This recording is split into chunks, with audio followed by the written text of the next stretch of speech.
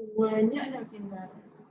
Ngomot-ngomotin mas. Nanti kamu Gitu-gitu ya panggil sih nggak apa. Tinggal nanti yang jadi host siapa itu nanti kasih co-host. Jadi dia juga nggak kamu sendirian gitu loh deh. Maksudnya kan dokter Yanata nih dari sana. Yang ini nanti kamu buka.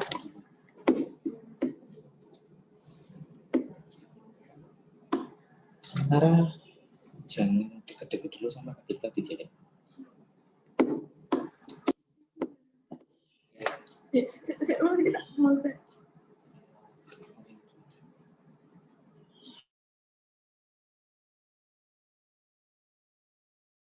Kurang terdengar. Assalamualaikum. Ya, Ibu.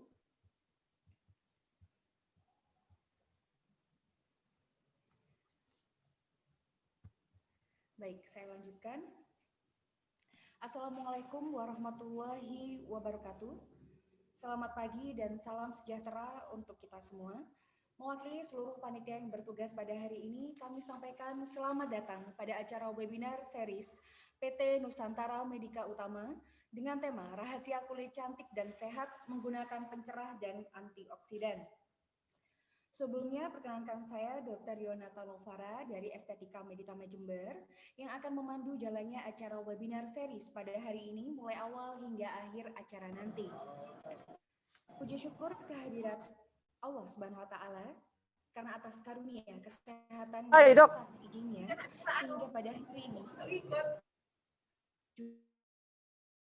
Jumat 11 Desember 2020 kita bersama dapat mengikuti acara webinar dalam keadaan sehat dan berbahagia. Bapak Ibu yang kami hormati, begitu juga tantangan yang harus kita hadapi bersama. Oleh karena itu, sebagai insan Tuhan yang senantiasa bersyukur atas karunia, marilah kita menundukkan kepala bersama sejenak untuk mengucap doa dan harapan serta memohon kepada Tuhan atas kelancaran dan kesuksesan acara pada hari ini. Kepada yang terhormat Saudari Catur Sulistiawati, disilakan untuk memimpin doa. Assalamualaikum warahmatullahi wabarakatuh. Ya Allah, ya Tuhan kami, pada hari ini Engkau pertemukan kami dalam acara webinar Rahasia Kulit Cantik dan Sehat Menggunakan Pencerah dan Antioksidan. Untuk itu, ya Allah, ya Rahman, ya Rahim, jadikanlah acara ini menjadi acara yang Engkau ridhoi dan berikanlah rahmat dan hidayah-Mu, sehingga acara ini dapat berjalan dengan lancar dan membawa berkah serta manfaat pada kami. Khususnya untuk perusahaan kami, PT Nusantara Medika Utama ini. Allahumma ya Allah, ya Rabbana, ya Karim.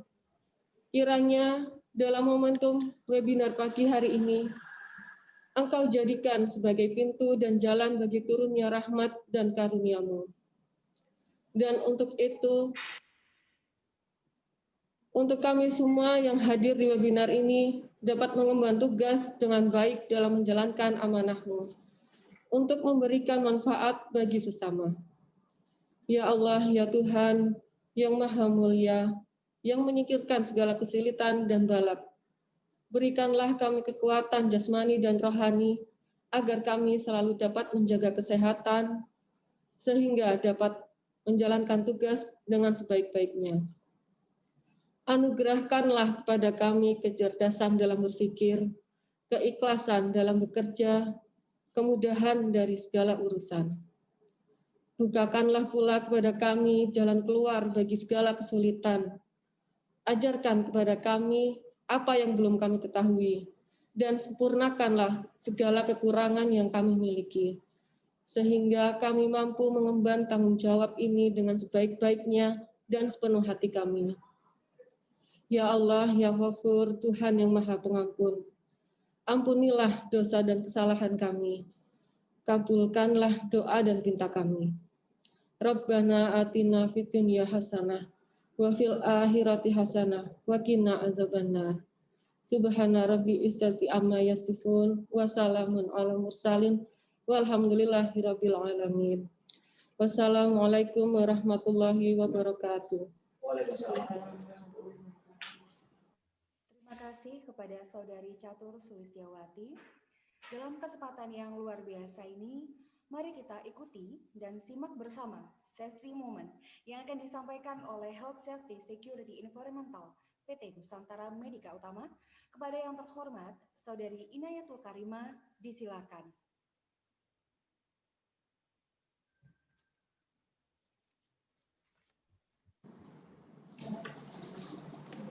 Baik, terima kasih untuk moderator.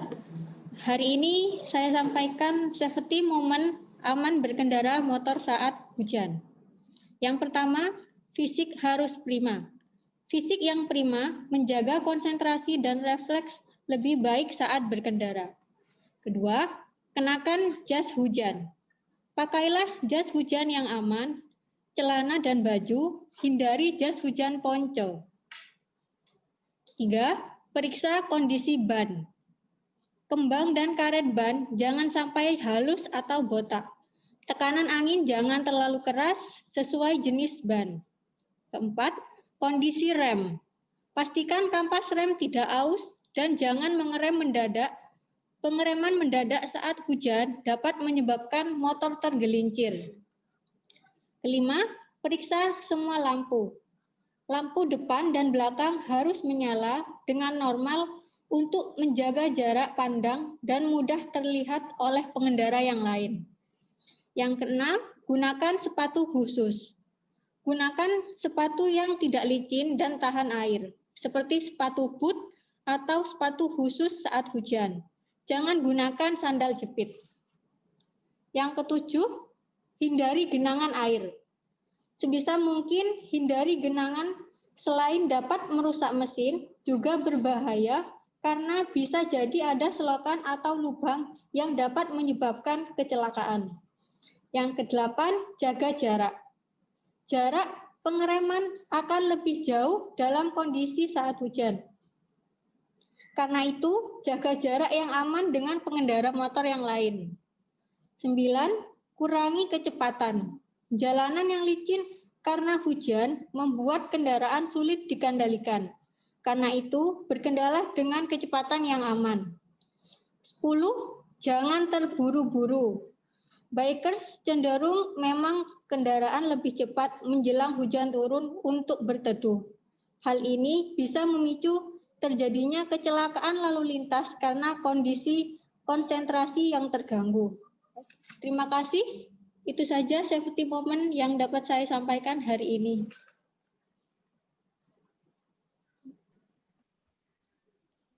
Baik, terima kasih kepada Saudari Inayatul Karimah atas penyampaian safety moment-nya. Baiklah Bapak Ibu yang berbahagia, untuk mengawali rangkaian acara pada hari ini, kami mohon berkenan kepada Direktur PT Nusantara Medika Utama yang kali ini akan diwakilkan oleh Dr. Nur Evalina. Kepada Dr. Nur Evalina, waktu dan tempat kami persilakan.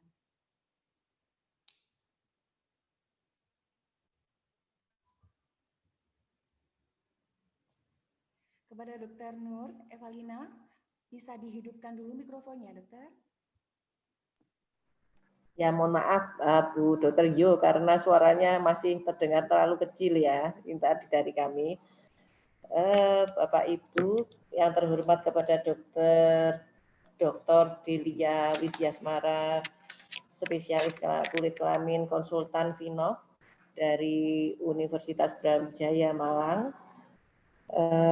Terima kasih dokter bahwa hari ini dokter memberi kesempatan waktunya yang di sela-sela kesibukan dokter untuk berbagi ilmu kepada teman-teman kami yang ada di PT Nusantara Medika Utama. Juga kami sampaikan selamat pagi kepada teman-teman karyawan karyawan PT Nusantara Medika Utama dan yang telah bergabung di join ini. Kemudian kepada Dr. Heni, kalau sempat mengikuti ini tadi Ibu Direktur memohon maaf tidak bisa bergabung, yang rencananya beliau akan memberikan sambutan sendiri. Ternyata pagi hari ini ada sesuatu yang tidak bisa ditinggalkan sehingga beliau menyampaikan salam kepada Bapak Ibu, kepada Dr. Delia atas kesempatannya memberikan sharing ilmu kepada kami. Beliau mengucapkan terima kasih yang sebesar-besarnya, dan teman-teman yang ada di PT Nusantara Medika Utama, mohon kesempatan ini digunakan sebaik-baiknya dengan harapan nanti ibu-ibu terutama ya yang sebagai di perusahaan sebagai penyedia jasa, apalagi Bapak Ibu, ibu-ibu yang di sini adalah tenaga-tenaga frontliner yang harus tampil cantik. Maka monggo hari ini, pagi ini kita kuras habis ilmu dari Dr. Delia, sehingga nantinya Bapak Ibu bisa implementasikan di sehari-hari, kegiatan sehari-hari, sehingga Bapak Ibu secara fisik tampil lebih cantik, kemudian lebih glowing ya, kelihatan bersinar, ditambah lagi dengan inner beauty yang Bapak Ibu miliki lebih ditampilkan, maka akan membuat orang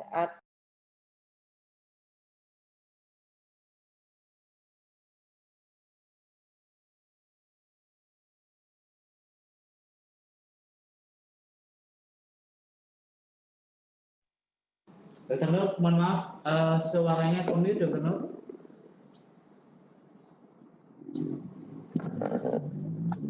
Oh ya, mohon maaf tadi sudah sekarang sudah bisa ya. Saya ulangi lagi ya ibu-ibu.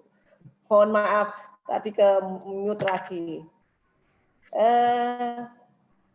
Yang kami hormati Dr. Delia Widya Smara. Sudah hadir ya, Dokter? Sudah, Bu. Ya, selamat pagi. Selamat pagi, Dokter. Terima kasih atas kesempatannya yang diberikan kepada kami PT Nusantara Medika Utama untuk bisa berbagi ilmu kepada kami, Dok. Di sini ada teman-teman kami, terutama yang ada di marketing, frontliner, yang bergabung, di mana juga dari klinik-klinik dan rumah sakit yang hari ini pasti haus dengan ilmu-ilmu tentang kecantikan ya, karena kecantikan adalah hal yang tidak pernah mati. Secara naluriah ibu-ibu atau wanita ingin tampil cantik di depan siapapun, terutama di keluarganya kalau sudah punya keluarga, dan untuk perusahaan tentunya di depan pelanggan, di depan orang yang dihadapinya. Ibu-ibu harapannya Ibu Direktur dengan mendengar ini, ibu-ibu di PT NMU bisa lebih cantik lagi dan bersinar, cerah bersinar. Sinar secara bercerah secara fisiknya, juga nanti ditambah dengan inner beauty yang cantik, maka akan memunculkan pribadi-pribadi yang diharapkan oleh PT Nusantara Medika Utama. Saya kira itu. Oh ya, kami ucapkan salam dari Ibu Direktur, Dokter, bahwa pagi ini mohon maaf beliau tidak bisa memberikan sambutan, mendadak ada kegiatan yang tidak bisa ditinggalkan, sehingga beliau berpesan kepada dokter mengucapkan terima kasih yang sebesar-besarnya, kemudian kepada teman-teman di PT NMU untuk bisa menggunakan kesempatan ini sebaik-baiknya, sehingga nantinya session sharing hari ini itu membawa manfaat, betul-betul ada manfaatnya dan kelihatan di penampilan karyawan PT Nusantara Medika Utama. Saya kira itu, Dr. Delia dan Bapak Ibu, monggo bisa dimulai pertemuan sharing session pagi ini. Kami serahkan kembali kepada MC. Kami akhiri. Assalamualaikum warahmatullahi wabarakatuh. Baik, terima kasih kepada Ibu Nur Evalina. Baiklah, langsung saja Bapak Ibu yang berbahagia. Di era yang milenial ini, kesadaran masyarakat mengenai kesehatan dan kecantikan kulit semakin meningkat. Dan penampilan merupakan salah satu hal yang sangat diperhatikan bagi semua kalangan, baik wanita maupun pria. Hal ini berimbas pula pada semakin meningkatnya penjualan produk skincare yang berbahaya di pasaran. Harga yang murah dan hasil yang instan adalah hal yang sangat diminati konsumen produk kecantikan saat ini. Nah, oleh karena itu sangat penting untuk mengetahui kandungan bahan kosmetik atau skincare yang aman, serta sesuai dengan permasalahan dan kebutuhan kulit kita. Oleh karena itu, hari ini kita akan membahas lebih dalam mengenai kesehatan dan kecantikan kulit sesuai dengan tema webinar hari ini, yaitu rahasia kulit cantik dan sehat menggunakan pencerah dan antioksidan. Dan tentu saja saya tidak sendiri, kali ini sudah hadir bersama kita dokter yang luar biasa cantik, Dr. Delia, spesialis kulit kelamin konsultan, Fellow Indonesian Society of Dermatovenerology. Baiklah, kita sapa dulu. Selamat pagi, Dr. Lala. Ya, pagi Mbak Baik. Yonata. Ya, bagaimana kabarnya, dokter? Baik, alhamdulillah sehat. Baik, sehat dan cantik selalu ya, dokter. Baik, sebelum kita mendengarkan materi yang akan disampaikan oleh Dr. Lala, maka pada hari ini saya akan membacakan kurikulum vitae beliau terlebih dahulu. Dr. Lala lahir di Malang 14 Agustus 1982.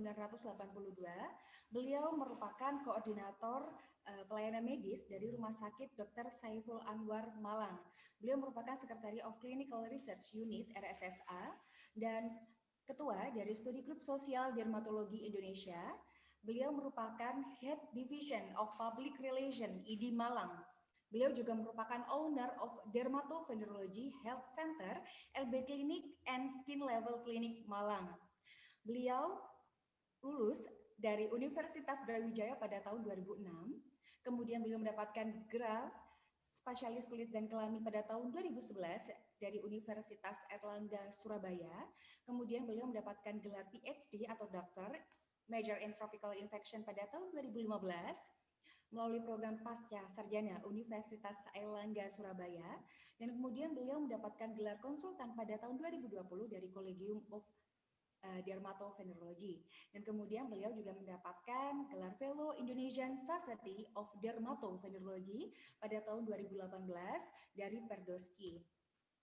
Kemudian untuk pengalaman bekerja, beliau sejak tahun 2012 hingga sekarang merupakan dosen pengajar dari Fakultas Kedokteran Universitas Brawijaya Malang.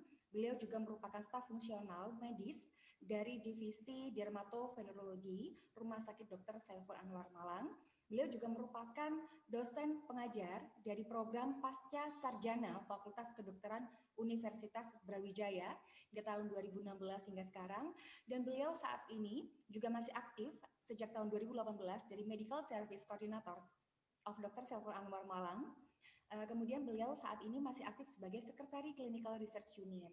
Selain itu, beliau juga memiliki banyak penghargaan, beberapa di antaranya adalah Chatter of Awards Parliament Malang, Rising Star Dermatologist 2018, 3-on-1 Grand World Class Professor with title The Future Challenge in Leprosy for Healthcare Providers in Asia 2018. Beliau juga sangat aktif di organisasi antara lain, beliau merupakan anggota dari Perdoski, kemudian International League of Dermatology Palestine, kemudian Studi Group of Morbus Hansen Indonesia, Studi Group Sosial Dermatologi Indonesia, International Union Against Sexual Infection, dan beliau juga aktif sebagai Kepala Divisi Humas ID Malang.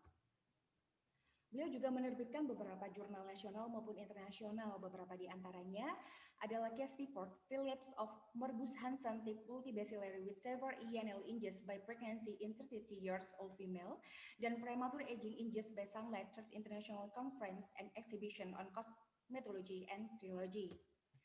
Beliau juga aktif mengeluarkan buku dan proceeding, beberapa di antaranya adalah buku Clinical Perspective of Leprosy.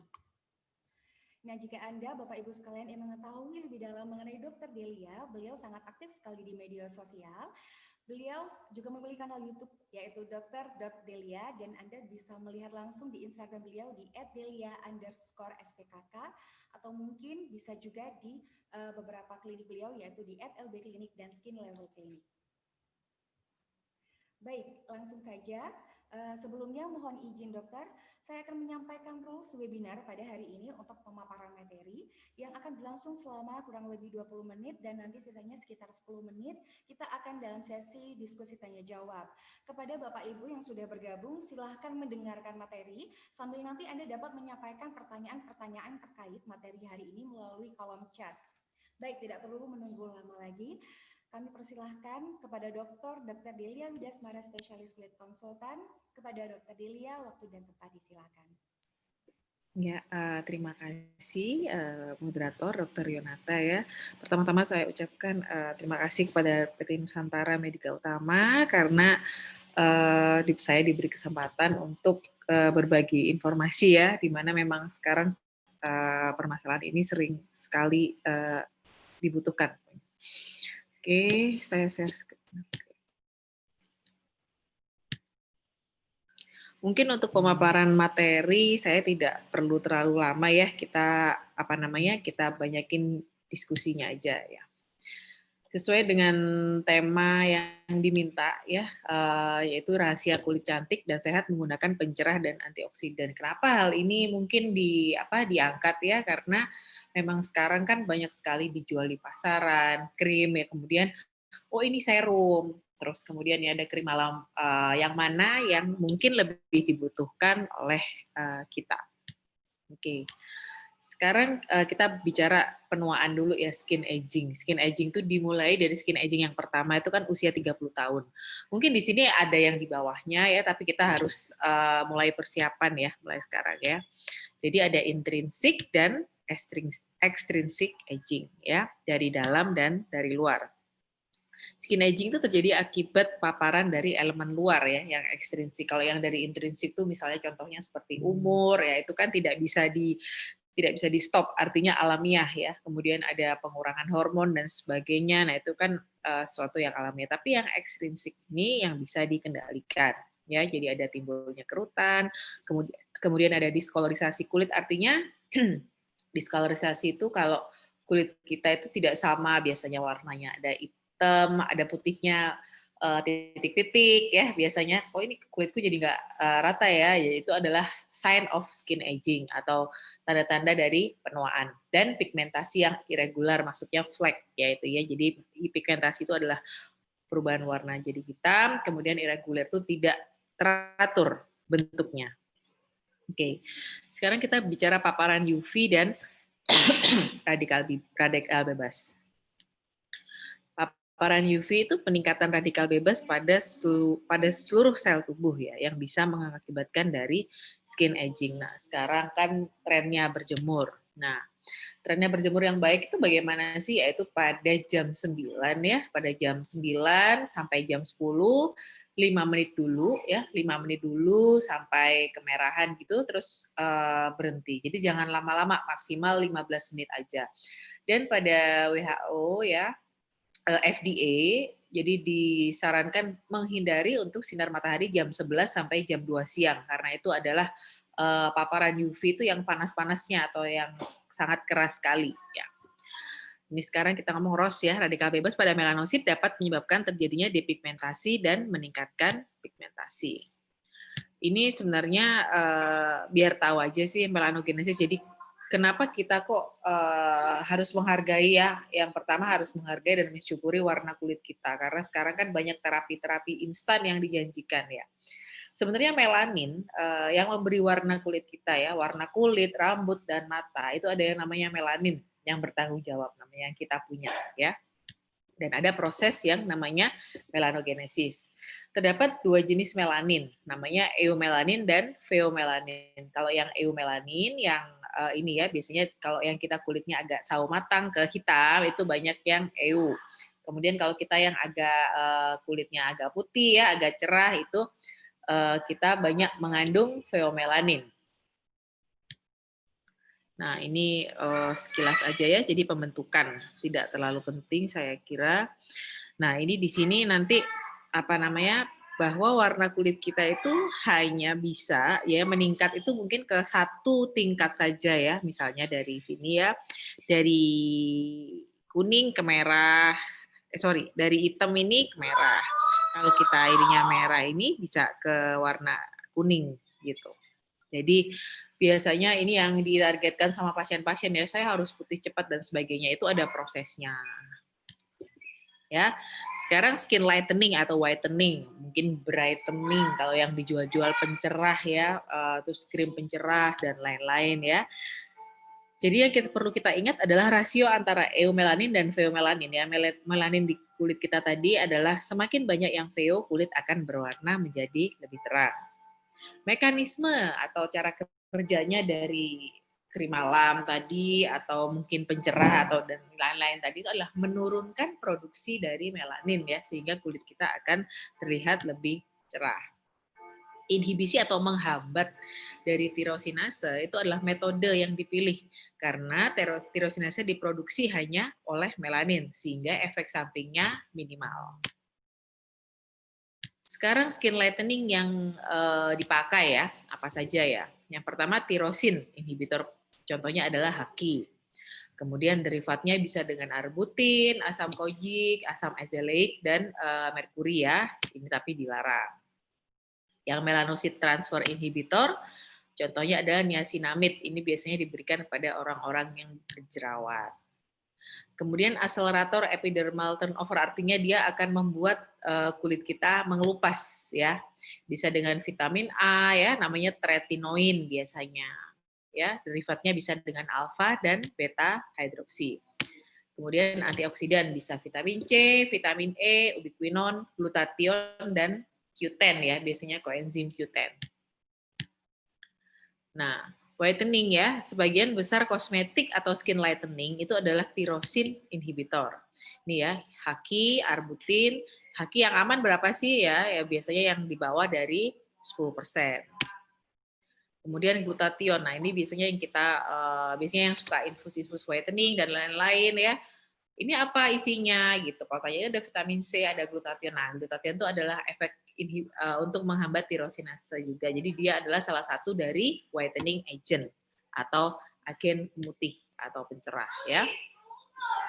Sekarang hidroquinone dan derivatnya ya. Haki atau yang biasanya disebut haki-haki gitu ya. Itu adalah komponen yang memiliki efek whitening yang paling poten. Tapi penggunaan haki jangka panjang bisa menimbulkan okronosis, leukoderma, dan karsinogenesis. Okronosis itu biasanya wajahnya warnanya akan semakin hitam. Arbutin ya lebih aman, tidak lebih sitotoksik dibanding haki ya. Jadi arbutin itu adalah pilihan yang lebih aman daripada haki. Arbutin banyak didapatkan pada tanaman dari blueberry. Arbutin ya, ada alfa arbutin dan beta arbutin. Biasanya kerjanya sama ya, menghambat tirosinase.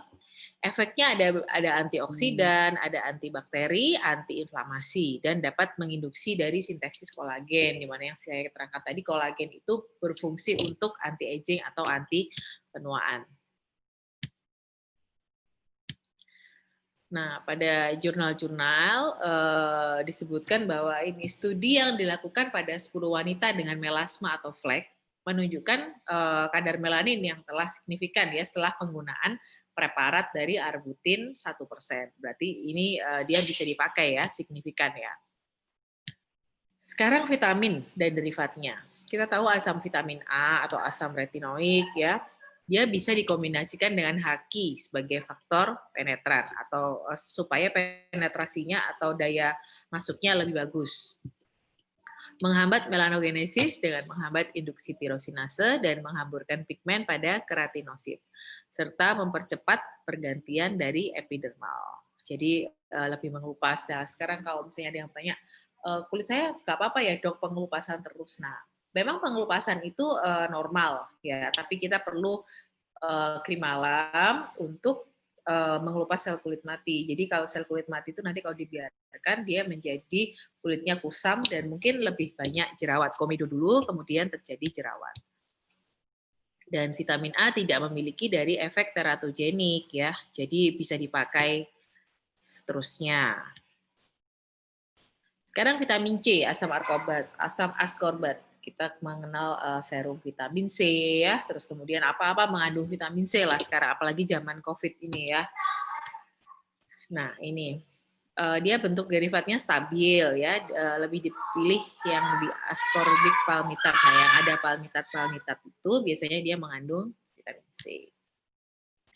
Dia berperan sebagai reducer ya, jadi dia memblok dari rantai oksidasi dan mengubah tirosin menjadi melanin. Nah ini dia juga sama, jadi mengeblok melanin juga. Jadi selain sebagai antioksidan, vitamin C bisa sebagai whitening, agen whitening atau lightening. Kurang efektif dibanding haki, ya karena memang haki adalah yang paling poten, ya tadi seperti yang saya jelaskan, tapi ada efeknya. Namun tidak ada efek samping yang membahayakan. Biasanya penggunaannya selalu dikombinasikan dengan bahan lain. Boleh vitamin C itu dosisnya sekitar 4-20%. Kalau lebih dari itu biasanya lebih iritatif ya, mengiritasi. Sekarang glutathione ya, whitening agent dan antioksidan. Dia adalah molekul yang larut air yang dibentuk oleh 3 peptide, ada glutamat, sistein, dan glisein. Dia terdapat dalam 2 bentuk, yaitu glutathione yang GSH dan oxidized glutathione atau GSSG. GSH merupakan bentuk dari intraseluler yang berperan sebagai antioksidan kuat. Dia melawan komponen toksik. Nah, ini glutathione bagus ya untuk antioksidan. Glutathione sebagai whitening agent, kemudian glutathione dan inaktivasi direct dari melanogenesis. Jadi memang dia menghambat dari melanogenesis atau pembentukan pigmen.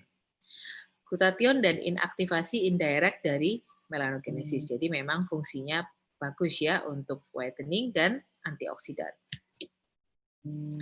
Sekarang peran antioksidan dalam skin lightening. Apa sih perannya? Paparan UV atau sinar matahari meningkatkan radikal bebas ya yang berbentuk cross atau berbentuk RNS. Peroksida atau H2O2 itu mengandung tirosinase, jadi dia meningkatkan dari produksi melanin.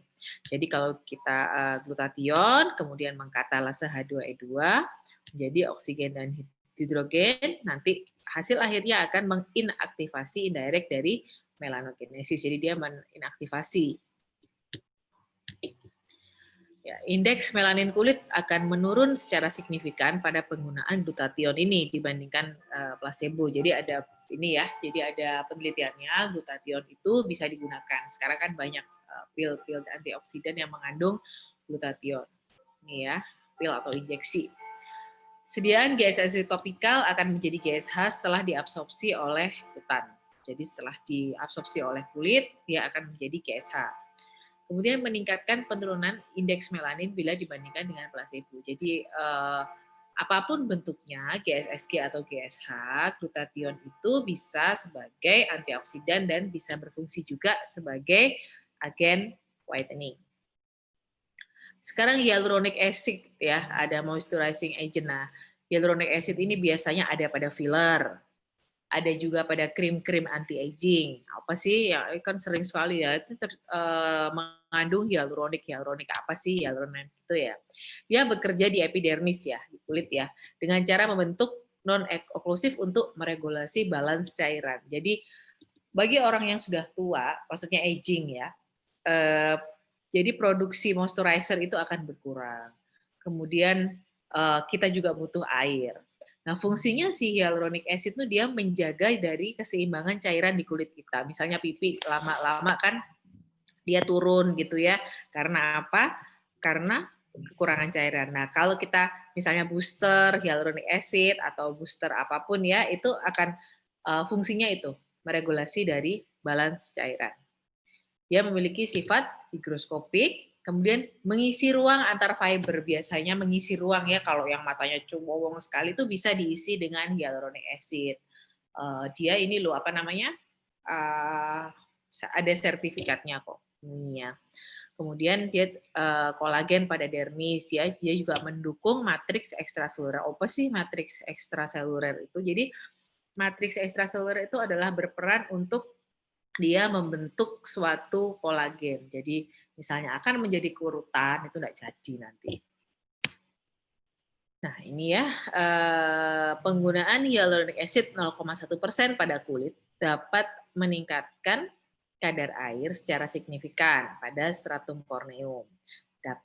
Jadi dalam 8 jam pertama setelah pemakaian. Jadi bisa bengkak dulu, kemudian dia akan menjadi semakin bagus. Biasanya kan orang lagi habis dari injeksi kan ada memarnya gitu, ya.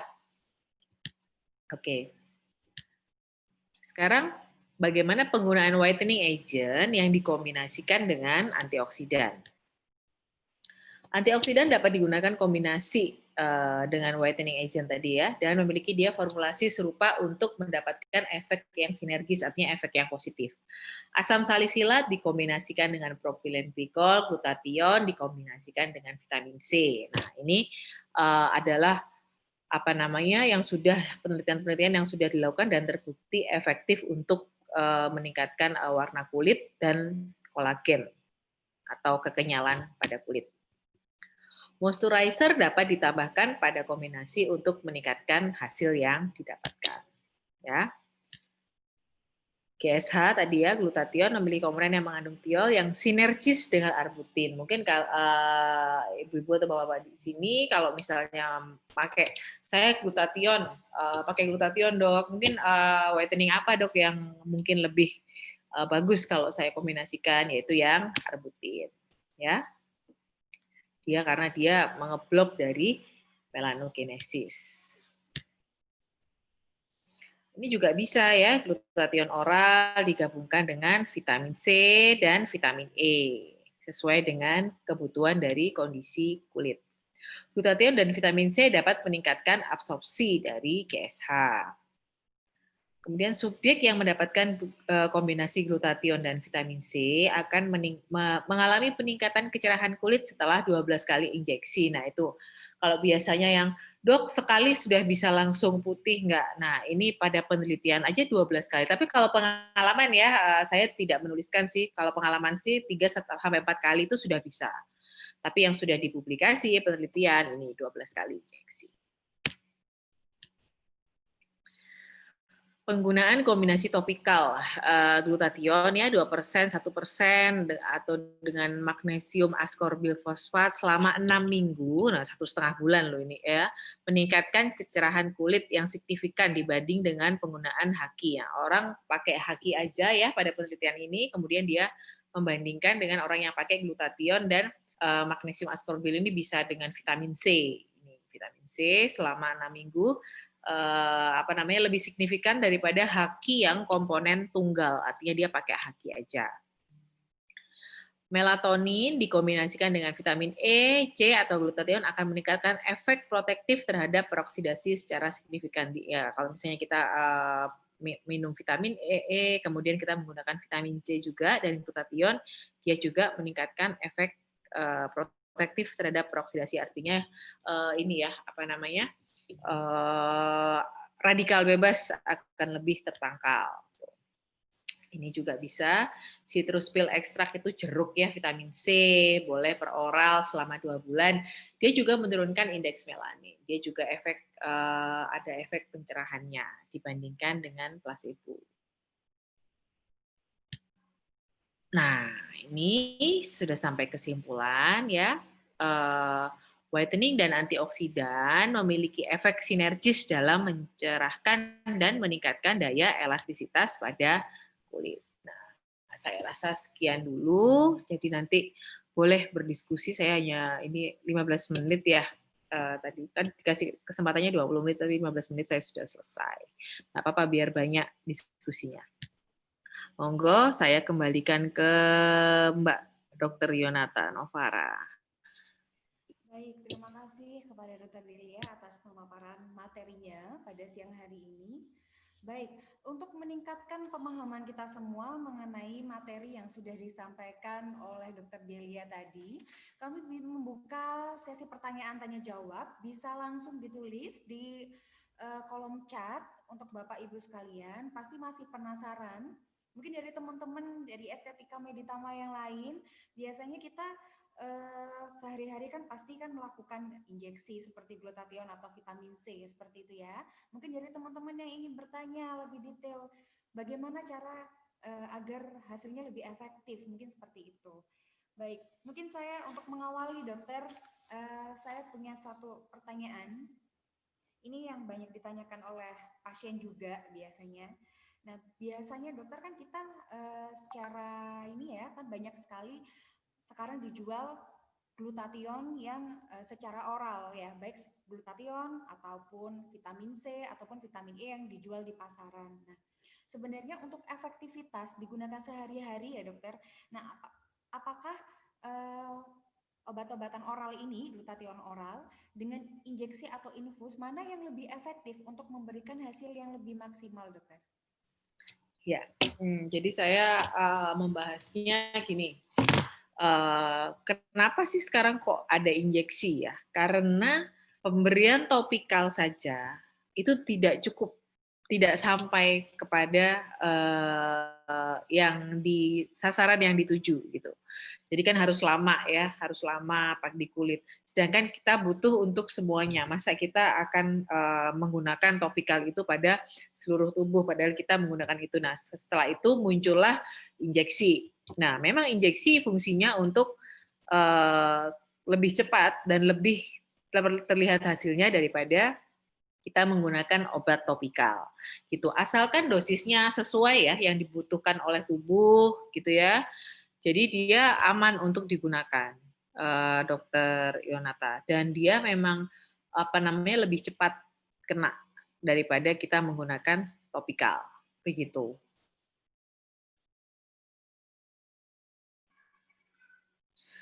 Masih di mute, Dokter Yonata, saya enggak kedengeran. Baik, sambil menunggu pertanyaan dari teman-teman juga, dokter. Nah, ini ya. Mungkin mewakili dari beberapa teman-teman yang ada di klinik juga, karena memang pada dasarnya kan kita di lapangan itu banyak sekali pasien yang menginginkan hasil yang instan, gitu ya dok.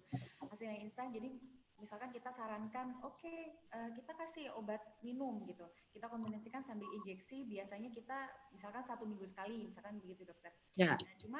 Nah itu kan untuk pasien kadang khawatir, dok ini masih nggak apa-apa ya, ini sudah injeksi infus tapi masih obat minum, ginjalnya nggak apa-apa nih dok, nah gitu. Nah itu kan pasti banyak pertanyaan seperti itu sih dok. Jadi pasiennya kadang jadi tidak teratur konsumsi obatnya di rumah seperti itu. Ya, jadi memang yang penting dosisnya yang dibutuhkan oleh tubuh. Kalau dewasa, vitamin C 1.500 mg. Nah, itu harus dijaga, jangan sampai melebihi itu. Karena dia percuma juga nanti kan.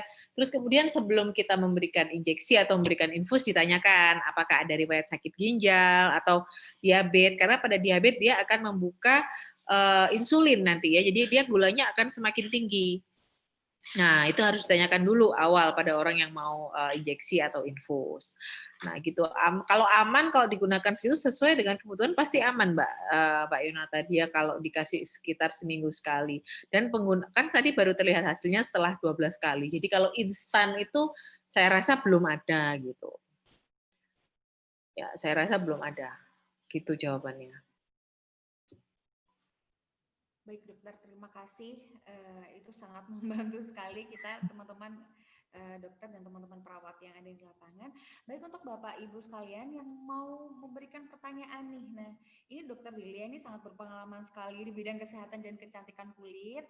Jadi harus dimanfaatkan secara maksimal nih, mau bertanya tentang produk-produk apa saja sih yang aman dan mungkin bahaya-bahaya. Jadi misalkan dari beberapa produk, misalkan tadi sudah disampaikan oleh Dokter Lilia mengenai merkuri ya dokter.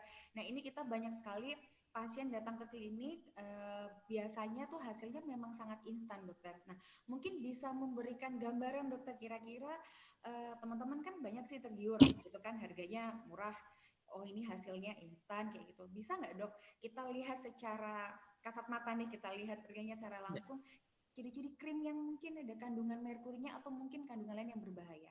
Oke, ya. Krim-krim yang mengandung merkuri yang hasilnya yang hasilnya sangat instan biasanya sangat lengket Mbak Yonata, sampai kita sulit untuk mengambil. Yang pertama, lengket. Yang kedua, wanginya memang dia sangat menggoda ya. Karena kenapa? Merkuri itu bau. Jadi dia itu bau yang harus ditutupi oleh si penjual tadi. Jadi dia akan mencampurkan suatu pewangi ya di situ agar baunya si merkuri itu tidak tercium. Nah, itu lebih baik memakai hidrokinon daripada memakai yang merkuri ini. Sekarang tuh ada gini Mbak Yunata, ada shifting ya dari masyarakat tuh. Sekarang kan banyak para influencer yang bebas haki ini. Jadi masyarakat itu berpikir kalau haki itu berbahaya. Padahal kalau dia flek, gold standar atau terapi utamanya itu adalah hidroquinon dicampur oleh 2,5% dari steroid juga. Ya kan, ini mengandung steroid nggak dok? Ini mengandung apa? Bila Anda sakit melasma, sakit flek, dan ada penyakitnya, itu boleh loh digunakan, bahkan sampai 3 bulan. Nah ini yang sekarang shifting, jadi ini yang perlu masyarakat tahu bahwa ini gold standar loh ini, untuk penyakit flek, boleh loh dikasih gitu. Tapi berapa lama? Yang sekarang masyarakat juga kan sekarang senangnya beli krim terus ya. Nah itu sebenarnya itu juga dia harus bertanya sama dokternya, dok ini saya sampai kapan nih gitu. Jadi itulah fungsinya dokter sama pasien ya. Paling enggak jadi suatu klinik kan pasti ada dokternya nih. Nah itu yang mengawasi itu dia gitu. Jadi paling enggak sebulan gitu, paling enggak sebulan sekali lah harus ada komunikasi. Nah untuk mengamati dari efek ini. Nah nanti kita bisa turunin tuh. Terus kemudian kalau kita flek gitu ya, oh dia udah Bu, sekarang pakainya mungkin dia 2 hari sekali. Nah itu peran dokter di situ.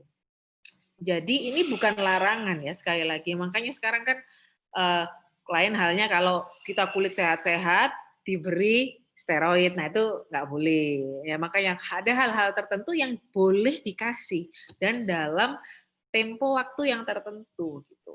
Jadi tidak semuanya yang beredar itu benar gitu ya dok ya. Jadi ya semoga aja sekarang tahu. Soalnya sekarang mungkin masyarakat lebih satu dia berkiblat ke Korea. Jadi dia white harus putih. Padahal kita tahu sendiri sudah jelas given ya diberikan ada pigmen-pigmen tertentu dan bisa naik satu tingkat dulu cerah lah paling enggak. Bisa bersih tapi harus harus konsisten. Nah ini mungkin yang dipegang dokter ya.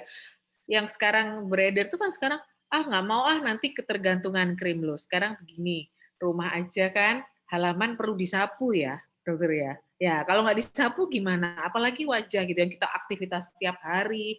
Paling nggak ya wajah itu butuh satu dia cleanser ya, membersihkan. Yang kedua protection. Kalau kita di negara Indonesia seperti ini kita harus ada tabir surya minimal 30 SPF lah ya untuk di daerah Asia seperti ini ya. Kemudian kalau habis sholat atau habis berenang, walaupun dia tertulis dia water resistant di situ atau misalnya anti air, itu kandungannya akan tetap turun fungsinya. Jadi diharapkan dipakai lagi setelah pengaplikasian sunblock itu 4 jam. Atau dia habis aktivitas sholat atau dia habis berenang. Walaupun itu tertulis water resistant ya, itu yang perlu dipegang. Terus kemudian yang ketiga, yang paling penting adalah toning, conditioning artinya mengkondisikan kulit kita ini tetap bersih pada saat istirahat. Sebelum tidur itu kita harus membersihkan dan harus ada krim malam terserah mau krim malamnya yang vitamin C tadi, mau krim malamnya yang arbutin, pokoknya dia tuh ada untuk mengembalikan moisturizer pelembab dari kulit kita gitu. Serta sel-sel kulit mati kan juga harus dikupas atau dibersihkan. Nah, sebenarnya itu aja yang dibutuhkan. Bukan ketergantungan tapi menjaga kulit kita agar tetap bagus gitu ya. Nah, sekarang mesti ngomongnya nanti saya ketergantungan beli-beli terus, sebenarnya bukan ketergantungan, itu merupakan suatu keharusan yang harus dikerjakan kalau kita mau kondisi kulitnya bagus. Nanti kalau lama-lama kalau misalnya tidak pakai tabir surya ya.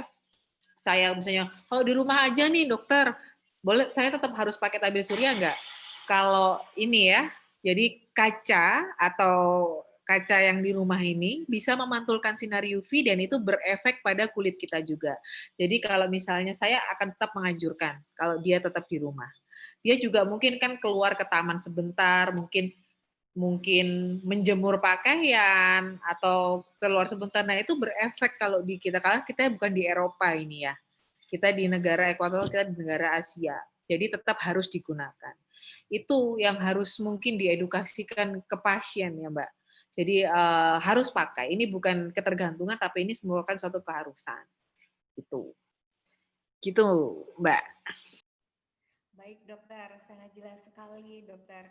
Dokter, ini ada beberapa pertanyaan yang sudah masuk di saya dari teman-teman dari Klinik Esme Jember, dokter. Ini mengenai penggunaan glutathione. Nah, penggunaan glutathione, dokter. Nah, ini... Mbak Yu bisa keras dikit nggak? Iya. Ya, oke. Ini ada pertanyaan mengenai glutathione. Jadi, untuk glutathione itu sendiri, kita kan menyarankan untuk dikonsumsi kepada pasien.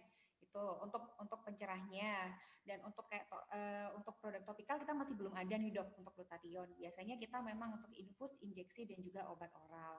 Nah, untuk glutathione itu sendiri fungsinya kan memang dikhususkan untuk pencerah. Nah, misalkan nih dokter, kadang kan ada beberapa pasien, dok ini tiba-tiba saya waktunya kayak lagi siklus bulanan nih, tiba-tiba ada jerawat kayak gitu. Nah, apakah glutathione ini masih aman digunakan dokter pada kasus jerawat yang seperti itu?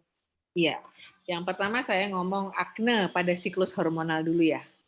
Kalau seorang wanita capek, yang pertama. Yang kedua, kurang istirahat. Ini yang bikin akne ya. Kemudian yang ketiga, dia mau menstruasi. Dia timbul di jerawat, di situ 2-3 jerawat saja. Itu normal. Itu pengaruh hormonal. Saya tambahkan juga apa saja yang menyebabkan jerawat, memegang dengan tangan, karena di sini ada bakterinya. Kemudian yang kedua, sekarang masker akne sering terjadi ya, paling enggak 4 jam lah. Harus diganti maskernya. Kemudian makanan yang membuat jerawat, itu adalah yang manis, yang glisemik tinggi. Walaupun makan mangga aja, glisemik tinggi itu bisa memicu terjadinya jerawat. Ya, glisemik tinggi yang manis-manis ya, plus yang kedua nasi yang banyak tuh juga nanti kan jadi glikogen juga Mbak, jadi gula juga. Nah itu juga, jadi dia harus ngurangi juga. Kemudian yang ketiga yang manis-manis itu yang bikin jerawat. Nah itu adalah hal-hal yang menyebabkan terjadinya jerawat. Nah sekarang kita kembali ke hormonal ya, menstruasi dia timbul 3 itu aja normal, cukup dengan dikasih obat jerawat apapun lah, tapi jangan diuwek-uwek ya. Maksudnya, yang penting kalau jerawat itu jangan lupa pakai tabir surya, karena adalah kulit yang inflamasi atau radang akan lebih cepat hitam daripada kulit di sekitarnya. Maka dari itu kan kalau orang, dok ini saya bekas jerawatnya tinggal yang hitam-hitam, mungkin dia tidak berani memakaikan apapun, justru salah. Jadi harus tetap dipakai untuk tabir surya, karena dia akan lebih cepat hitam daripada kulit di sekitarnya. Kalau perkara aman atau tidak, tetap dikonsumsi apa enggak glutathione, tetap aman. Tetap aman jawabannya. Ya. Baik, terima kasih dokter. Itu sangat menjawab pertanyaan sekali. Nah, kemudian ini pertanyaan untuk penggunaan HQ dokter. Nah, ini banyak sekali pasien-pasien ini kan sudah lama menggunakan HQ. Nah, jadi biasanya pasien-pasien ini agak ketergantungan, ngomongnya ketergantungan kan dokter, biasanya orang-orang awam. Nah jadi dok, ibu ini saya, kan kita coba untuk tapering off dok, kita turunkan dosisnya atau kita ganti dengan arbutin atau vitamin C. Nah kadang pasien, dok kok kayaknya kalau diturunkan diganti krimnya ini, kok kayaknya jadi lebih gelap ya, kayak seperti itu dok. Nah mungkin apakah penggunaan misalkan kita ganti menggunakan arbutin harus kita kombinasi juga dengan agent whitening yang lain ya dok, seperti vitamin C atau bagaimana dokter? Iya. Biasanya pasien yang baik itu dia membawa krim sebelumnya. Jadi kita tahu tuh, ya. Kalau dia tidak membawa, oh pasti ini kena habis, kan mesti kalau habis kena haki kan bagus memang. Tetap dipakaikan dokter Yonata, tapi 2 hari sekali, yang hari berikutnya pakai arbutin atau vitamin C. Jangan di stop sama sekali dulu. Tetap kita berikan ya, paling enggak kita kan haki kan 4% maksimal ya. Nah itu. Kemudian kita berikan, tapi tetap diberikan vitamin C. Bu, sekarang 2 hari sekali ya pakai ini. Itu dulu. Nanti kalau memang dia ngomong, memang banyak yang kondisinya lebih hitam nanti, lebih kusam dan lain-lain. Itu disarankan peeling, Dok, karena peeling ini juga membantu pengelupasan sel kulit mati juga. Kalau dia flek, dia bantu untuk ngangkat si melaninnya itu.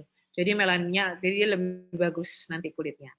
Ya, jadi mungkin dia harus membeli lebih banyak ya, 2 dan 1 tindakan. 1 tindakan peeling, kalau dia peeling ada berbagai macam sasaran. Ada yang epidermal aja, ada yang lebih dalam ya. Kalau misalnya TCA saya menyarankan 1 bulan. Kalau misalnya yang ringan-ringan aja nih kayak mungkin di kliniknya boleh deh kalau tanya enggak apa-apa nanti peeling ini boleh digunakan berapa kali, karena 2 minggu sekali juga diperkenankan kalau misalnya yang untuk epidermalnya atas aja. Gitu Dokter Yona, saya kira jawabannya. Baik dokter, terima kasih atas jawabannya tadi. Mungkin ada dari teman-teman yang ingin langsung bertanya, bisa langsung dihidupkan mic-nya juga supaya ini ya, sambil kita energi cek juga ini masih aktif semua sepertinya ya. Ini mayoritas yang mengikuti webinar ini adalah ibu-ibu. Nah kemarin pasti banyak dari ini ya, ibu dokter juga, kemudian beberapa staf kami juga kan harus menjaga penampilan juga, gitu kan.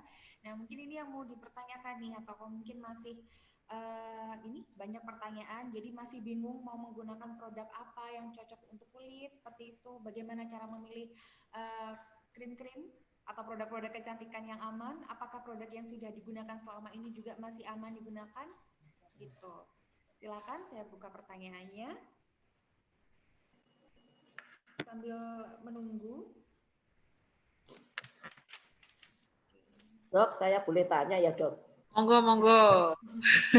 Silakan. Ini mungkin saya yang paling ini di antara ibu-ibu peserta di sini mungkin paling STW lah, dok. Sudah di atas 50. Nah, mungkin dokter bisa memberi tips ya yang tadi secara basic ya supaya kulit tetap terjaga. Yang dasar itu tetap harus dilakukan seperti pembersihan rutin, kemudian pemakaian sunblock, dan kira-kira untuk yang umur-umur lebih seperti kami ini perlu apalagi yang perlu diperhatikan dok? Ya, terima kasih untuk ini ya. Saya jawab ya Dokter Yonata ya, langsung ya. Ya. Jadi kalau memang sudah usia tua, jadi saya jelaskan gini, sekarang kan banyak yang dok pembersih itu yang sebenarnya perlunya sabun aja atau milk cleanser dan toner 2 kali, atau yang sekarang istilahnya double cleansing ya. Itu yang betul. Nah, yang mana? Itu sebenarnya kalau double cleansing itu mungkin lebih menjamin kebersihan. Tapi kan kita kembalikan ke pasien ya, dia mungkin budgetnya ada berapa gitu kan ya. Double cleansing itu sangat boleh, tapi yang penggunaannya yang tepat adalah milk cleanser dulu, kemudian dia cuci muka dengan sabun. Toner itu bukan diberikan setelah milk cleanser, Bu. Jadi toner itu digunakan sebelum kita menggunakan preparat serum atau apapun. Jadi kalau misalnya urutannya ya milk cleanser dulu, kemudian sabun, kemudian kalau kita pagi ya kita mau pergi, kita mau menggunakan tabir surya, nah itu toner dulu karena dia fungsi untuk mengisi pori di situ. Jadi krim itu masuknya lebih bagus, kalau kita bedakan pun lebih bagus. Nah, kalau misalnya udah usia aging 3 ya di atas 50, mungkin bisa ditambahkan agen-agen anti aging, Bu. Untuk di malamnya, untuk krim malamnya. Krim itu ya? Ya, kalau misalnya males kan kita kan kendalanya mungkin waktu ya. Kalau ini waktu dari pagi sampai malam, apalagi Jakarta, ya kan? Itu nggak sempat lah kalau untuk ke klinik atau ke salon dan menjaga sendiri di rumah mungkin pijatan itu juga perlu, Bu Nur. Jadi sirkulasi ya, sirkulasi. Jadi dok saya mau facial ya, Kak. Facial itu fungsinya untuk relaksasi juga karena ada pemijatan. Jadi vaskularisasi pada wajah juga bagus ya. Kalau misalnya kita menggunakan krim mata itu sebenarnya arahnya keluar gini sebenarnya ada karena dia supaya kita tidak terjadi kantung mata di situ. Nah, itu penggunaan yang mungkin ditambahkan kalau kita sudah mungkin masuk ke aging fase 3 gitu. Jadi boleh sama sebenarnya yang paling penting adalah pelindung tabir surya itu tadi. Nah, tabir surya ini saya kalau misalnya ibu-ibu pejabat tuh ya senangannya kan belinya kan yang mungkin yang mahal-mahal. Dok, saya ini sudah pakai, saya sebut merek luar negeri ya, saya sudah pakai Dior atau YSL dan lain-lain, tapi kok tetap gini, mahal itu tidak menjamin ya, karena kita tahu sendiri Eropa berapa SPF sih, sun protection factor-nya berapa sih, 20, 30, walaupun kita pakai beberapa ya lebih bagus yang murah misalnya 60.000 tapi dia SPF-nya lebih tinggi atau buatan kita sendiri begitu. Jadi kebanyakan itu mereka begitu. Dan kalau ibu punya rangkaian yang banyak, tolong yang cair didahulukan.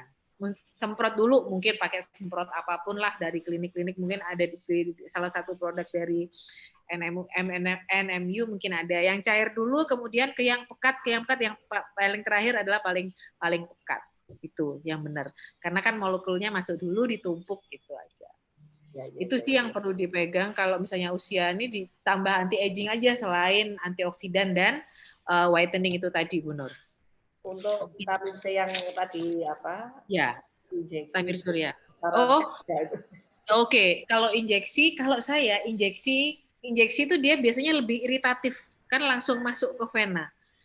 Dia seminggu sekali, cc-nya lebih sedikit biasanya miligramnya, karena dia iritasi. Kenapa infus bisa 1 bulan sekali? Karena dia lebih besar dan dia diencerkan. Masuknya kan pelan-pelan, waktu lebih banyak. Dia boleh sebulan sekali. Tapi untuk yang injeksi saya kira pasti miligramnya lebih sedikit karena dia iritatif, masuk vena sakit ya. Dan seminggu sekali lah kalau misalnya injeksi. Kalau infus boleh lah 1 bulan. Jadi usia-usia seperti saya ini juga masih sudah butuh. Ya? Butuh sebenarnya untuk maintenance boleh sebulan sekali. Iya, kalau jadi glowing seperti penjenengan itu enggak loh, bisa Bunur juga glowing kok. Oh iya tak? Iyalah sama aja. Yang penting itu tadi tabir surya dan serum. Kalau saya senang vitamin C, Bu.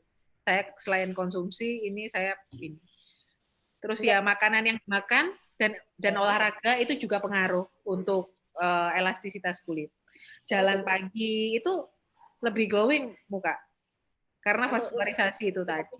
Jadi pakai apa? Yang di oral atau yang injeksi, Dok? Saya injeksi dan oral, Bu. Oh. Iya. Saya tertarik yang tadi. Saya pakai oral. Apa? Yang masas tadi loh, Dok. Oh iya, masas. Oke, ya. Ya, termasuk saya sudah kelihatan ini apa? Ya. Kantong mata dan lain-lain. Ya. Arah masasnya bener. Prinsipnya kalau wajah itu ke atas. Kalau mata dia ke arah luar, circle, melingkar. Nah, itu untuk melawan dari terbentuknya kerut. Sebenarnya itu fungsinya. Jadi Dok, matur suwun. Ya, sama-sama. Sebagai teman-teman yang lain. Iya. Lebih glowing ini. Dokter dilihat betul-betul bagus, Dok. Waduh, terima kasih. Dokter Jonathan itu juga di kimia itu. Renata. Nggih, boleh kalau mau tanya-tanya Bu Nur boleh nanti WA saya, enggak ada masalah kok saya. Terima kasih, Dok. Ya, sama-sama. Monggo yang lain, Bapak Ibu, kumpul ketemu Dokter Dina. Ya, kali ini kita sudah ada beberapa pertanyaan dari teman-teman Esme Jember dan Esme ada di Pare dan di Mojokerto. Ini cukup banyak pertanyaan, Dokter. Yang pertama dari Pina, Esme Jember, bertanya, untuk kasus kulit yang berjerawat menggunakan SPF 50. Nah, biasanya banyak pasien yang menggunakan SPF 50 untuk melindungi kulit biasanya, Dok, dari paparan sinar matahari, tetapi biasanya justru akan merangsang munculnya jerawat. Nah, karena mengingat kebanyakan sunscreen SPF itu biasanya kandungan minyaknya cukup tinggi nih, Dok. Nah, bagaimana nih, Dok, cara mengatasinya? Bagaimana cara kita untuk memilih sunscreen untuk kulit yang berjerawat? Gitu, Oke. Yang pertama, kalau kulit berjerawat itu yang perlu kita tahu adalah kalau dia sudah lebih dari 10 ya, dia harus minum obat. Ya, nggak bisa dibiarkan pakai krim-krim aja. Harus masuk antibiotik. Tapi antibiotik yang mana ya? Berarti golongannya doxycycline biasanya atau minoxidil. Kemudian yang kedua, sekarang ngomong tabir surya. Tabir surya yang kalau dipakai sama yang berjerawat itu harus yang berbahan dasar air atau losio bentuknya atau lotion. Tidak boleh krim ya. Atau mungkin ada sekarang yang dicepu itu yang krim tapi dia berbahan dasar air. Ini sunblocknya bisa dipakai untuk kulit berjerawat, sebaiknya ditanyakan dulu ke dokternya. Bisa, kalau bisa ya pasti bisa. Karena sekarang lebih baik kalau misalnya kita berjerawat adalah berbahan dasar air, yang kedua adalah bentuknya losio atau lotion. Dan yang ketiga yang dipakai kalau dia mengharuskan dandan ya, dia harus pakai bedak tabur. Dia tidak boleh pakai bedak compact. Tapi kalau misalnya mau pesta sekali-sekali ya enggak apa-apa, pakai apa namanya BB cream atau CC cream, tapi cepat dibersihkan. Itu sih prinsipnya.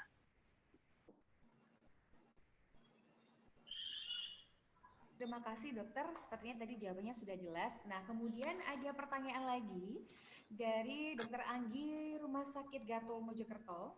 Dok, untuk menghilangkan flek-flek yang bentuknya bercak-bercak kecil, mungkin freckles ya dokter ya, bagaimana ya? Karena sudah beberapa kali ke dokter kulit masih tetap. Nah, bagaimana? Silakan dijawab dokter. Iya, freckles kadang yang kecil-kecil, tapi kalau misalnya timbul ya, kayak keratosis seborrheic, dia harus di electrocauter, Mbak Yonata.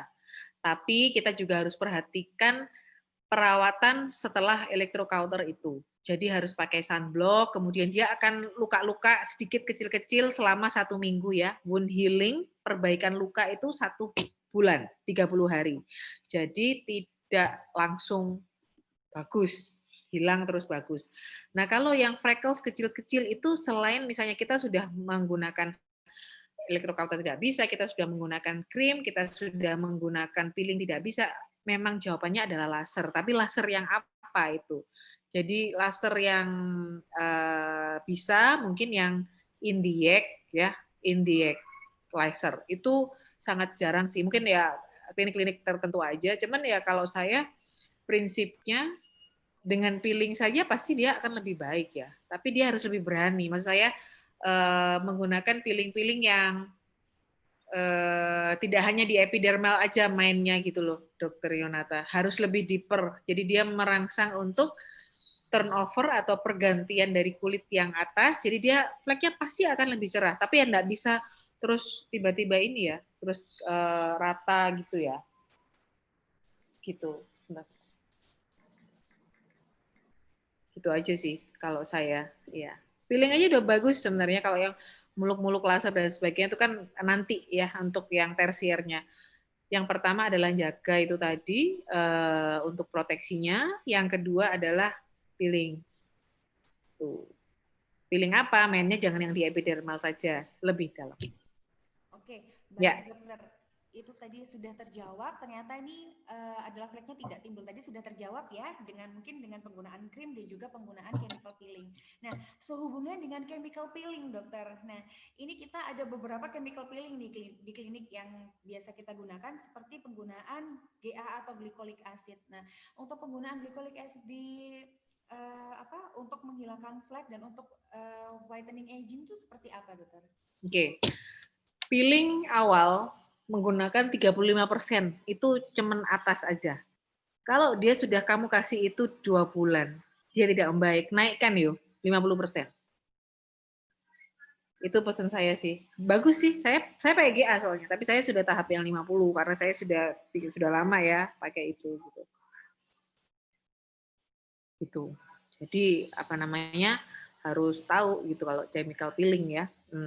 Peeling kan prosedur perawatan kulit ya yang dilakukan untuk mengangkat atau menghilangkan sel kulit mati dan mengganti dengan kulit baru. Itu kan pengertiannya itu, mengganti dengan kulit baru. Diharapkan kalau misalnya yang flek dia bisa diganti dengan kulit yang lebih bagus gitu.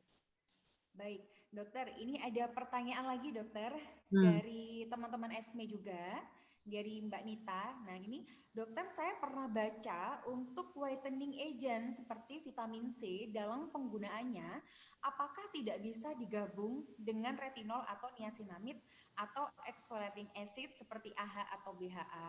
Kalau memang benar, efeknya seperti apa ya dok? Oke, sebenarnya kenapa sih melarang? Karena takut pasiennya ini sensitif kulitnya karena habis. Karena vitamin C itu juga ada fungsi iritasinya, kemudian kamu kasih AHA BHA tambah iritasi. Sebenarnya itu takutnya. Mungkin kalau harinya bergantian bisa, Dokter Yohana. Nah, Sebenarnya kenapa sih kalau nggak boleh ya karena itu tadi. Atau niasinamidnya kamu kasih pagi. Tapi jangan lupa tabir surya karena kan sensitif biasanya kan pakai retinoid itu lebih. Kenapa? Dok, saya kalau sekarang habis perawatan sekarang muka saya merah. Itu berarti kesalahannya pada edukasi. Mungkin krim malamnya asam retinoidnya terlalu tinggi sehingga kamu kasihnya mungkin kalau suruh pakai ya dijarangkan dulu 2-3 hari sekali atau terlalu banyak makainya pasiennya. Dan kemudian Dr. Yohana yang perlu diperhatikan adalah penggunaan krim malam pada daerah ujung hidung sini dan ujung bibir sini.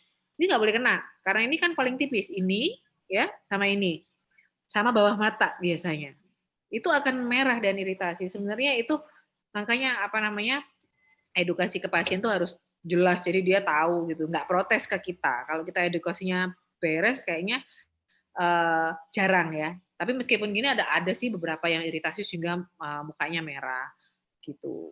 Karena dia menyetir mungkin 2 jam itu bisa-bisa saja. Memasak juga loh harus pakai ini ya.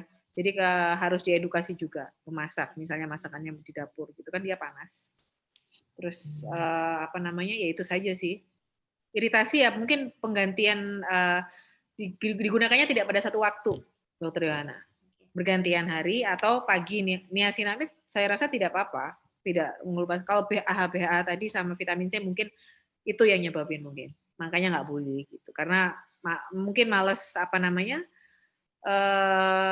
itu tadi merah-merahnya diprotesin sama pasien itu tadi. Tapi kalau mungkin kalau harinya ini enggak. Baik dokter, jawabannya sangat membantu sekali. Kemudian ini dokter ada pertanyaan lagi dokter. Dari Mbak Evi, Rumah Sakit Gatul. Nah, ini kasusnya bukan pada dewasa, dokter, pada anak-anak. Jadi, dok, kalau ada flek-flek putih di pipi pada anak usia 9 tahun, nah bagaimana? Bagaimana dokter? Silakan. Oke. Yang pertama, FDA atau Food Drugs Amerika tuh 6 bulan bayi itu sudah wajib pakai sunscreen dan boleh. Nah, sunscreen apa? Ada yang dijualnya sunscreen yang untuk anak. Jadi dia mungkin ada yang non-paba, itu ada. Memang sunscreen itu bermacam-macam, tapi kalau misalnya sudah anak, harus pakai. Kenapa putih-putih muncul? Nah, biasanya dia sudah aktivitas di luar, kemudian kalau kita orang Jawa tuh terataan, Mbak. Jadi ada putih-putihnya seperti panu, dikira panu, kemudian diberi kalpanak, tambah gosong, nggak karu-karuan gitu. Biasanya keluhannya seperti itu. Putih-putih pada anak biasanya tuh diagnosisnya pityriasis alba, yaitu hipopigmentasi pada kulit karena kering atau karena sinar matahari kurang proteksi. Itu mungkin pengobatannya steroid yang jenis yang ringan saja, yang low poten sekitar hidrokortison yang 1% itu. Jangan lama-lama ya, 1 minggu, dan kemudian diberi moisturizer atau pelembab. Apapun lah baby cream atau yang lain-lain fungsinya pelembab. Dan tabir surya jangan lupa. Itu terapinya. Dan keluhan putih-putih pada anak paling sering itu. Oke, baik dokter, itu sangat membantu sekali karena pada di lapangan tuh kasusnya cukup banyak sekali nih pada anak-anak. Baik. Ya. Baik, untuk selanjutnya mungkin teman-teman bisa langsung bertanya untuk yang lain. Oh baik, ini dari Dokter Umuhana. Nah, ini pertanyaan adalah, dok, mohon maaf izin bertanya, penanganan untuk anak atau remaja putri awal, nah biasanya masuk fase menstruasi yang mulai muncul banyak jerawat. Nah, bagaimana dokter untuk terapinya, dokter? Ya, untuk anak-anak biasanya akne pada adolescence atau remaja itu 10 tahun, itu mulai. 10 tahun, terus kemudian dia merintis. Nah, itu kenapa sih kok merintis? Nah, merintis itu karena dia yang pertama mungkin dia belum sadar akan kebersihan, ya tidak pernah bersihin muka. Itu sudah harus di KIE sama ibunya. Kalau sudah dewasa, ini hormonal ya, mungkin awal-awal mens ya, anak-anak umur anak-anak kelas 6 SD itu kan sudah mulai banyak sekarang. Yang pertama, yang biasanya perubahan-perubahan pada anak remaja itu jerawat, kemudian kelingat berlebih atau hiperhidrosis ya, kemudian bau mulai, terus kemudian ini apa namanya rambut biasanya berketombe. Itu merupakan penyakit-penyakit yang sering terjadi pada fase-fase adolescence atau 10 ke 11. Nah, itu penanganannya kalau jerawat itu yang pertama pembersihan itu pasti. Ya, terus yang kedua boleh dikasih obat-obat yang dijual OTC. OTC artinya boleh di apotek itu yang clindamycin ya isinya ya. Clindamycin boleh diberikan di situ. Karena apa namanya sudah mulai perlu ya, malam saja. Nah, ini enggak seperti salep alergi sehari 2 kali loh ya, kosong nanti. Jadi mungkin malam diberikan. Terus kemudian anaknya diajari untuk jangan apa namanya, jangan memegang karena nanti bisa bekas dan dibersihkan. Itu dulu saja cukup sih kalau anak-anak itu. Karena memang hormonal memang usia 10, 11 itu sudah mulai. Itu tuh yang terjadi. Ini bisa jadi tema yang menarik, Dok. Nanti Dr. Yonatan mungkin untuk umum ya. Ya. Masalah apa kulit untuk Masalah, anak-anak itu. boleh. Di masyarakat banyak yang ya mungkin penanganan yang enggak pas gitu loh, Dok, malah memperparah. Iya, termasuk pemberian minyak telon dan apa namanya bedak talcum powder tuh ada teorinya sebenarnya di kulit. Semoga Dr. Yonatan kapan diadakan webinar untuk umum ya. Siap dokter, ini sudah sepertinya antusiasmenya pasti sangat tinggi dokter, karena sekarang kan banyak sekali pasien-pasien yang ini ya mulai tertarik dengan kesehatan dan kecantikan kulit seperti itu, dan sepertinya sangat perlu edukasi seperti ini dokter, karena banyak sekali masyarakat-masyarakat yang mungkin masih awam terhadap misalnya kandungan-kandungan bahan ini ya. Nah, ini sangat awam sekali. Baik, nah ini dokter sambil kita menunggu pertanyaan selanjutnya, ini mungkin ada salah satu pertanyaan juga dokter. Nah, ini untuk kasus jerawat, dokter, kasus pos jerawat. Kasus pos jerawat ini biasanya pasien kan berusaha untuk menghilangkan bekas jerawat. Tetapi kadang pasien masih beresiko muncul jerawat walaupun hanya 1 dan 2. Nah, ini kita kadang kesulitan, maaf Ibu, kita tidak bisa kasih pencerah dulu karena wajahnya masih berjerawat, seperti itu dokter.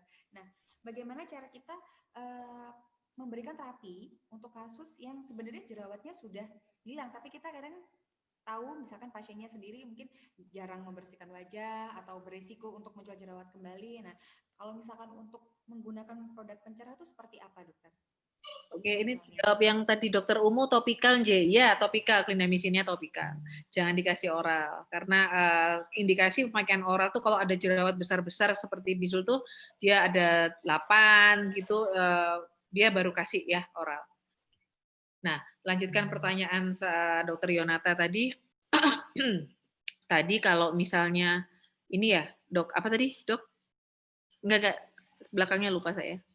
Yang ini dokter, untuk pos jerawat. Oh iya, pos jerawat terkadang masih numbuh kok. Ini kita mana dulu nih kasih krim apa gitu ya. Nah, sebenarnya tretinoin itu sudah merupakan agen whitening. Dia obat jerawat plus agen whitening. Tapi tretinoin yang diberikan ke pasien yang 0,025 dulu ya, dokter Yonata, karena ada beberapa tingkatan, dan kalau terlalu besar persennya nanti merah kulitnya dan jerawatnya tambah banyak biasanya. Terus yang kedua niacinamide tadi itu juga ada efek pencerahnya sedikit. Mungkin kalau awal-awal jerawat tidak begitu ini boleh dikasih itu, dokter langsung dikasih itu, jadi dia ada double function gitu. Nah, untuk malam. Nah, terus kemudian sebenarnya tidak saklek jerawat dulu kemudian ini, karena memang siklus mens itu kalau perempuan kan sebulan sekali. Nanti kita sebulan sekali, gimana kalau dia pas timbul terus kemudian kita obati lagi jerawat? Enggak, kita kombinasi saja itu. Jadi boleh dipakai yang satu obat bisa untuk 2 gitu, dokter Yonata. Ya, tapi kalau benar-benar dia sensitif, dia nggak bisa pakai apa tadi yang namanya tretinoin, ya kita pagi kita gunakan mungkin clindamycin gel, malam kita gunakan agen whitening-nya. Boleh. Nggak apa-apa.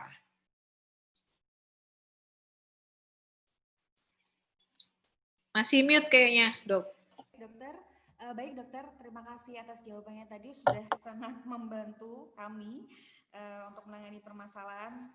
Karena di sini kasusnya paling banyak jerawat saat ini, karena kan terkait dengan pandemi penggunaan masker saat ini juga sangat tinggi sehingga wajah kita jadi sensitif, lebih mudah berjerawat seperti itu. Nah, baik, mungkin ada teman-teman yang untuk pertanyaan lagi. Dibuka Ini ada nih pertanyaan nih lagi. terkait jerawat pada remaja. Ini saya jawab ya, Dokter baik. Rio. Monggo, Dari Dokter, Bu langsung Hartati. silakan. Ya. Nah, ini juga sering terjadi ya. Jerawat pada punggung dan dada, tapi dia diobati sebagai jerawat. Karena begini, penyebab jerawat itu bisa jamur atau fungal akne. Biasanya dia pada anak-anak dulu ya, waktu kita belum daring ya, kita kan seharian di kantor terus kemudian berjerawat di punggungnya. Nah, ini harus diobati anti fungal atau anti jamur. Namanya Pityrosporum POF ya, penyakitnya POF kecil. Pityrosporum folliculitis, penyakit yang diakibatkan karena jamur dan berbentuk seperti jerawat. Biasanya diobati sebagai jerawat, makanya enggak sembuh-sembuh. Harus diberikan oral antifungal, biasanya pada anak-anak yang sekarang jarang mandi, ya pandemi, itu ada tuh biasanya sering pasien-pasien. Jadi tutul-tutul jerawat pada bagian punggung dan dadanya. Nah ini harus benar-benar dulu diperiksakan apakah dia fungal atau jerawat ya. Biasanya fungal kalau di dada sama di punggung. Dan agak gatel biasanya. Tuh. Gitu. Perawatan yang benar sering mandi, kemudian diberi kalau misalnya gatel dia diduga jamur, ke dokter aja nanti dikasih antifungal nanti. Plus untuk akne yang untuk di badan biasanya sekali 1 malam. Jadi dia akan bagus. Tapi nanti bekasnya nanti ya lain ya. Gitu. Baik, tadi sudah sangat jelas sekali, sudah dijawab Ibu Sri Hartati oleh Dokter Lala barusan ya. Baik, kamu buka satu pertanyaan terakhir. Mungkin masih ada yang ingin disampaikan, yang masih menjadi pertanyaan untuk teman-teman semua. Baik. Kelihatannya sudah semua ini. Ya, baik. Nanti kalau yang belum puas bisa kontak Dokter Delia ini. Iya, betul. Iya, monggo. Pak Wahyu enggak tanya ini. Waduh yang diem aja dari tadi. Iya. Iya, Dok. Ini saya itu punya problem, tapi anak saya sih jerawat yang remaja ini loh. Boleh lah. Jerawatnya itu memerah-merah itu. Ya. Nanti biar datang aja ke prakteknya dokter, dia di Malang, Dok. Oke, Pak Wahyu matur nuwun ya. Ini prakteknya di mana, Dok ini? Saya di Malang, Bu. Oh, di mana? Di klinik sendiri? Ya, di klinik sendiri. Di alamat mana? Mungkin teman-teman ada yang pengen ke sana, Dok. Ya, di Jalan Ciujung 28. Saya tulis di chat ya. Oh iya. Daerah mana itu, Dok? Ciujung itu? Ciliwung, daerah. Oh, Ciliwung. Ya, Ciliwung di Blimbing itu. Ya. Tuh. Sekitar Lavalet itu ya, Dok? Ya, betul, dekat sekali. Monggo teman-teman yang mempunyai masalah terutama putra-putrinya ini. Ada nomor telepon saya juga di situ. Oh, J.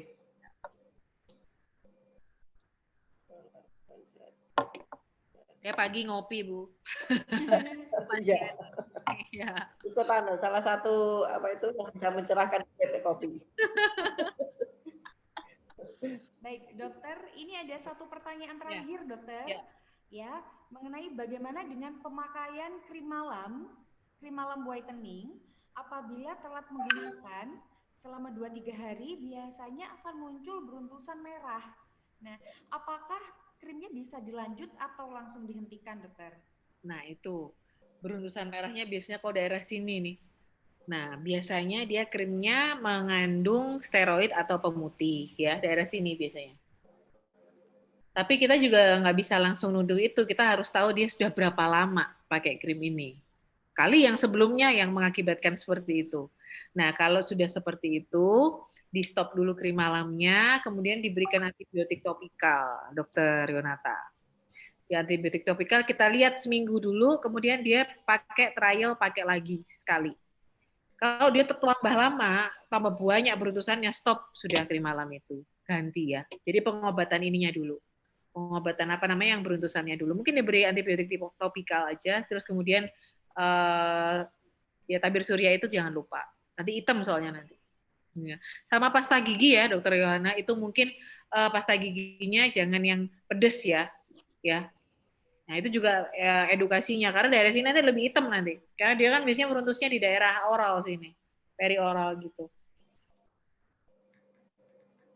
Gitu.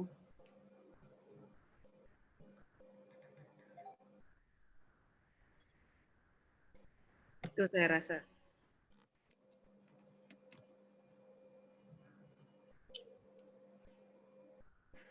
Masih mute, Dokter Yo. Wah, denger ya. Ya, dari tadi Dokter Yo suaranya kecil banget. Bu, mohon maaf karena teknis kita kurang maksimal dari Jember sini, Bu. Baik, itulah tadi diskusi kita mengenai kesehatan dan kecantikan kulit bersama Dr. Lala. Sudah banyak pertanyaan yang sudah dijawab dengan jelas oleh beliau. Dan mungkin untuk teman-teman yang tadi agak terlambat mau memberikan pertanyaan, bisa langsung mungkin chat langsung, bisa konsultasi ke Dokter Delia atau langsung mungkin di daerah Malang ya dokter ya, bisa langsung ke LB Klinik atau ke Skin Level Klinik. Di kolom chat sudah ditulis juga nomor beliau, mungkin yang mau konsultasi masalah kecantikan dan kesehatan kulit, bisa langsung menghubungi beliau. Baik. Nah, selanjutnya Bapak Ibu yang berbahagia, itulah tadi pemaparan materi sekaligus sesi diskusi pada hari ini. Sangat menarik sekali, dan sebelum kita akhiri webinar pada hari ini, rasanya kurang lengkap rasanya jika kita belum berfoto bersama, begitu ya. Nah, oleh karena itu ini nih. ya, Masuk Pak Wahyu fotonya belum, Pak kabelnya Wahyu. teman lepas tarian. ya, Pak Wahyu gambarnya belum untuk kelihatan. seluruh Mau foto, bisa Pak. menghidupkan kamera Anu, masing-masing. siapa anak Mas Rizka atau Mas Bogi suruh nyoba ya, dinginkan dulu sampai suhu 2 derajat. Pak Wahyu suaranya. Baik, Dokter Wahyu mungkin bisa menghidupkan kameranya juga, Dokter. Ini kita akan mengambil foto bersama secara virtual untuk semua kelihatan Pak hari Wahyu ini. glowing-nya nih. Baik, bisa menghidupkan. Ini partisipan kita lumayan cukup banyak. Mungkin fotonya bisa diambil dari beberapa ini. Oke. Mungkin ada yang masih belum menghidupkan. Disiapkan senyum terbaiknya, wajah cantiknya, wajah tampannya masing-masing. Agar fotonya kelihatan cantik dan ganteng sesuai dengan tema kita hari ini. Baik, mungkin Dokter Umu bisa dihidupkan. Di-on-kan semua videonya. Ayu, cerah sekali wajahnya dokter hari ini, dokter. Baik. Ada beberapa yang masih belum menghidupkan. Baik, sudah siap semua? Baik, untuk semuanya saya hitung. Mungkin bisa mengambil gambar. Saya hitung 1. Bisa berpose lebih dahulu. Baik, saya hitung. 1, 2, 3. Baik. Kemudian saya ulang lagi. 1, 2, 3. Tahan beberapa saat lagi. Saya hitung lagi. 1, 2, 3. Baik, selanjutnya masih ada lagi nih. Wah. Baik. Apakah sudah diambil fotonya? Baik. Sudah. Ya, oke. Yang terakhir. Baik, saya akan ambil lagi. Saya hitung agar lebih kompak. 1, 2, 3. Baik. Baik Bapak Ibu yang berbahagia, dengan selesainya foto bersama secara virtual tadi, maka berakhir pula seluruh rangkaian acara webinar series PT Nusantara Medika Utama pada hari ini. Saya Dr. Yonata Novara mewakili seluruh panitia yang bertugas mengucapkan terima kasih atas perhatian dan partisipasi Bapak Ibu sekalian. Kami memohon maaf apabila terdapat hal-hal yang kurang berkenan selama penyelenggaraan acara pada hari ini. Semoga informasi yang kita dapatkan tadi dapat memberikan manfaat dan semakin menambah pengetahuan kita mengenai kesehatan kulit. Sampai berjumpa kembali dalam webinar series PT Nusantara Medika Utama selanjutnya. Tetap sehat, tetap semangat, selalu sehat dan cantik di masa pandemik. Selamat siang. Wassalamualaikum warahmatullahi wabarakatuh. Waalaikumsalam warahmatullahi wabarakatuh. Terima kasih, Dokter. Terima kasih. Sama-sama Pak Wahyu. Bu Nur, mari. Terima kasih. Sama-sama. Terima kasih. Sampai ketemu lagi nih. Oke, Bu. Ketemu di acara-acara berikutnya. Ya. Terima Pak Wahyu kasih. sudah glowing gitu loh, Dok, itu. Kayak itu. Glowing atas-atasnya itu. Kelebihan, Bu, glowingnya berlebihan. Ya, mari saya pamit dulu, ya. Ya, monggo, Dokter.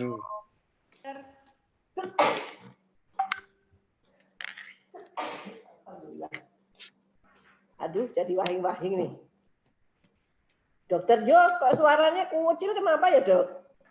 Mungkin karena nggak pakai headset sama headphone, Bu. Saya cari punya saya nggak connect, Bu. Ini pakai apa ini? Ini nggak pakai apa-apa, Bu. Asli. Jadi saya semi teriak-teriak. Tidak, ini laptop, pakai laptop. Iya, pakai laptop, Bu. Ini pakai laptop. Jadi memang suaranya agak keredam. Kalau pakai laptop kurang maksimal, Bu.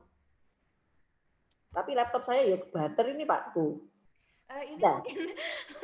mungkin laptopnya ini kurang, ini harus di-upgrade, Ibu. Enggak, minta upgrade Mas Febri. Oh iya, iya, insya Allah nanti. Bu, siap. Beli laptop baru. Nah, ini Bu lihat, banter pakai apa ini? Keras. HP dok, HP. Pakai HP. Terus dari tadi kecil gitu. Iya, iya dok. Memang ini dok dari laptopnya, dari perangkatnya kita yang kurang mendukung. Oke, siap diperhatikan. Beliau sendiri apa laptopnya Esme itu tadi? Iya, pakai laptop yang biasa dipakai Dokter Yonata. Oh, dokternya beliau sendiri. Esme, dokter. Esme Jember. Wah, kalau gitu besok-besok dites dulu, Bu. Kalau mamanya kecil, pakai apa gitu pinjam dulu ya. Ya, ya, siap dok. Terus ini mungkin pesertanya sajane wapi ini tadi. Cuma kurang di apa itu sebarluaskan sehingga yang ikut cuma sedikit. Memang apa itu seperti ibu-ibu IKB dan lain-lain tidak diajak atau Ibu? Sudah dok, saya share di grup. Kapan nge-share-nya barusan? Tadi pagi. Nah. Tadi pagi. Eman-eman saja nih ya. Kan, bagus dok, ya. Ya itu. Nah, kalau yang ikut sedikit kan ya eman-eman gitu loh, Bu. Iya dok. Dian untuk ke depan yang sama Pak Wahyu itu loh untuk webinar umum supaya nanti juga ke SME-nya Bu Lia. Siap. Bisa dibuat webinar, Bu. Ya. Ya, Dok. Ya, wes, pamit ya. Ya, Dok. Sehat selalu. Waalaikumsalam warahmatullahi wabarakatuh. Assalamualaikum. Warahmatullahi wabarakatuh. Mas Dedi, wis yo. Iya, ketemu. Saya lihat semua. Terima kasih.